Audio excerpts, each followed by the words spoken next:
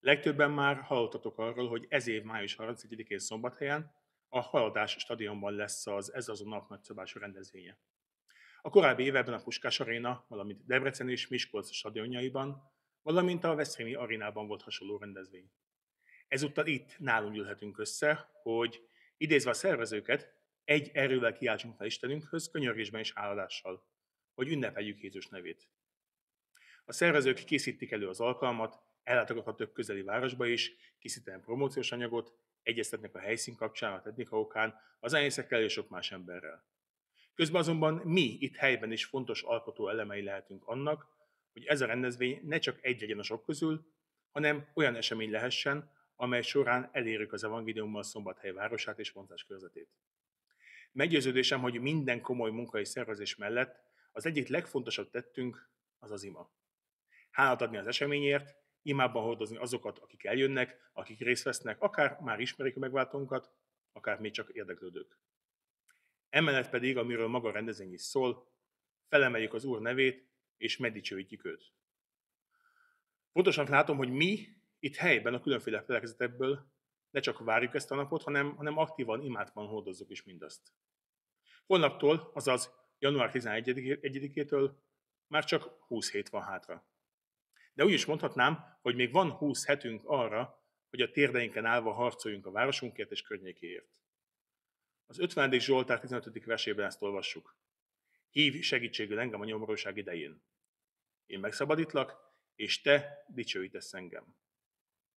Itt látjuk a sorrendet. Mi hívjuk őt, ő cselekszik, és mi pedig dicsőítjük őt. Tegyük hát ezt. Hívjuk együtt imádkozva, hogy szent tanúi legyünk annak, hogy Isten ma is cselekszik. Aztán pedig május 31-én közösen dicsőítsük őt. Az Allianz ima héten az alaptéma az volt, hogy küzdjünk a hitért. Júdás levelében az 1.3-ban ezt olvassuk. Küzdjetek a hitért, amely egyszer s mindenkorra a szentekre bizatott. Azt mondja, hogy ránk bizatott. Ránk, nem másra. Küzdjünk érte a térdeinken állva, imában.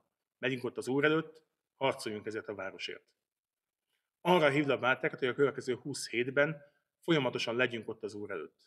Hétről hétre szeretnék hozni elétek egy-egy imatémát, egyeztetve a szervezőkkel is, valamint imádkozunk az alkalmon szolgálókért, a helyszínért, a rendezvényért, és azokért is, akik megismerik el napon Krisztust, vagy épp újra szárnyakatnak hitükben. Emellett alkalmanként összejönnénk személyesen is, vagy egy fedett helyen, vagy épp a sportcsarnoknál, hogy személyesen találkozva imádkozzunk együtt. Ez nem egy felekezetekhez kötött esemény, hanem bízom benne, hogy Szombathely minden keresztény közösségéből bekapcsolódnak ebbe sokan, hogy együtt hitben és imában harcolva álljunk az Úr előtt, és küzdjünk a város és környéke lakóiért, hogy Jézus Krisztus megdicsőüljön mindebben. Annak érdekében együtt imádkozzunk, létrehoztam egy Facebook csoportot, Keresztény Közösségek Szombathelyért néven. Hadd bátorítsak mindegyikötöket arra, hogy osszátok meg hívő ismerőseitek között ennek az elérhetőségét, kapcsolódjatok be, és imádkozzunk együtt hétről hétre. A videó alatti leírásban megtaláljátok a Facebook csoport linkjét, a nevét, ott jelentkezve be tudtok kapcsolódni az imaharcba. Köszönöm a figyelmeteket!